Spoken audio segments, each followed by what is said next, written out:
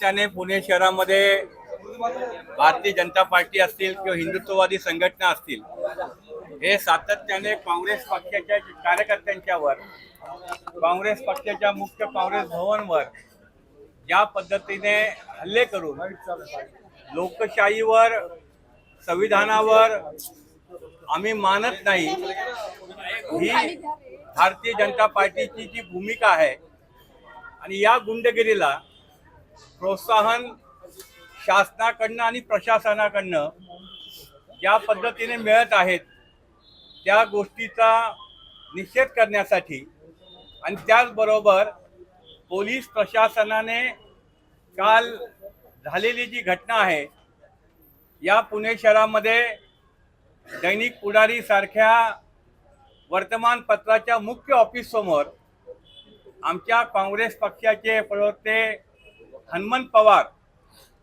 यांना जीवे मारण्याची धमकी, पिस्तुलाचा धाक आणि त्या ठिकाणी 4-5 लोकांच्या जमावाने केलेली लाथाबुक्क्यांनी मारहाण, ही काँग्रेसचे कार्यकर्ते यापुढे सहन करणार नाही। आणि यासाठी जर पोलीस आयुक्त किंवा पोलीस प्रशासन हे जर तातडीने पावलं उचलणार नसतील आणि पुणे शहरातलं जी एक सांस्कृतिक असं राजकारणातली जी एक पातळी होती, ती पातळी ज्या पद्धतीने घसरत चाललेली आहे त्याची सुद्धा दखल आपण घ्यावी, अशी मागणी काँग्रेसच्या सर्व नेते आणि पदाधिकाऱ्यांच्या शिष्टमंडळाने आज पोलीस आयुक्तांच्याकडे केलेली आहे। आणि पोलीस आयुक्तांनी या संदर्भामध्ये योग्य ती पावलं आम्ही उचलू।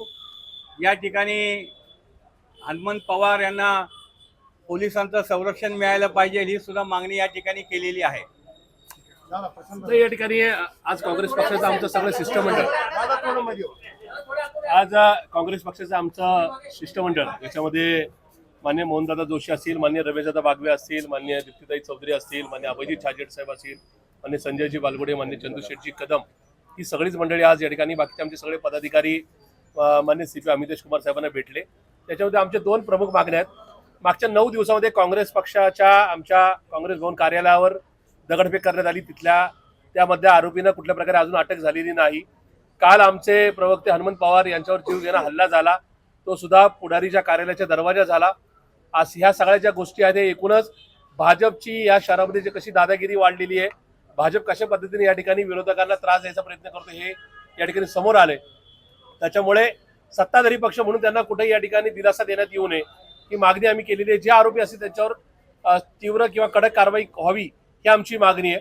दुसरं आमचं म्हणणं आहे की या शहराला आजपर्यंत एक वेगळं सांस्कृतिक आणि सामाजिक महत्त्व आहे, हे पुणे शहर भाजपवाल्यांनी बिघडवलेलं आहे। तर पुण्याचे CP मान्य अमितेश कुमार यांनी पुढाकार घेऊन येणाऱ्या काही दिवसामध्ये, पुढच्या 1-8-10 दिवसामध्ये पुण्यातले सगळे सत्ताधारी पक्षाचे नेते आणि विरोधी पक्षाचे प्रमुख सगळे नेते यांना एकत्रित बसून इथून पुढे पुणे शहरातली सांस्कृतिक आणि सामाजिक राजकीय चळवळ किंवा संस्कृती बिघडणार नाही, यासाठी पुढाकार घ्यावा, अशा प्रकारची मागणी आम्ही शहर काँग्रेसच्या वतीने केलेली आहे।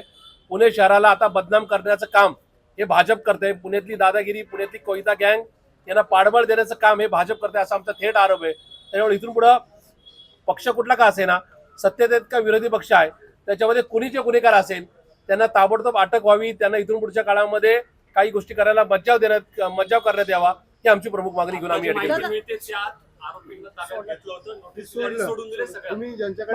आमचा आरोपच तो आहे की काल रिव्हॉल्व्हरचा नाका या ठिकाणी नाका धाक दाखवून ज्यांनी मारहाण केली त्यांना मुळात अटक होऊन त्यांना आज लॉकअपमध्ये नका त्या ठिकाणी ठेवण्यात यावं, अशा प्रकारचीच अपेक्षा पुणेकरांची आहे।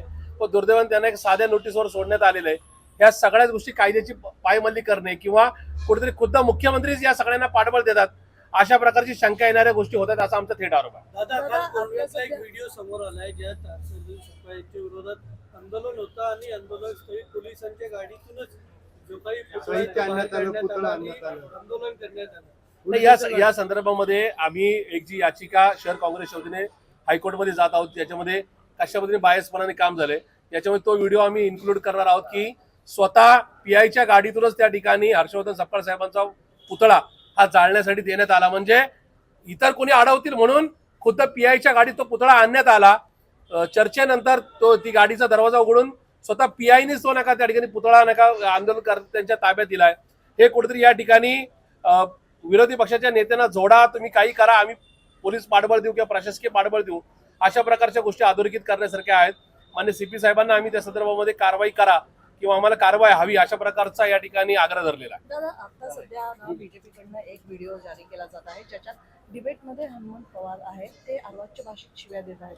याच्यावर तुमचं काय स्पष्टीकरण आहे? या संदर्भामध्ये आम्ही हनुमंत पवारांशी चर्चा केली. कुठेही अशा प्रकारे त्यांनी शिवीगाळ केलेली नाही. तो जो काय व्हिडिओ आहे त्याच्यामध्ये AI किंवा एकूणच नका त्याच्या संदर्भामध्ये मॉक केलेला असेल अशा प्रकारचा आमचा या संदर्भातले शंका येणारा प्रश्न आहे.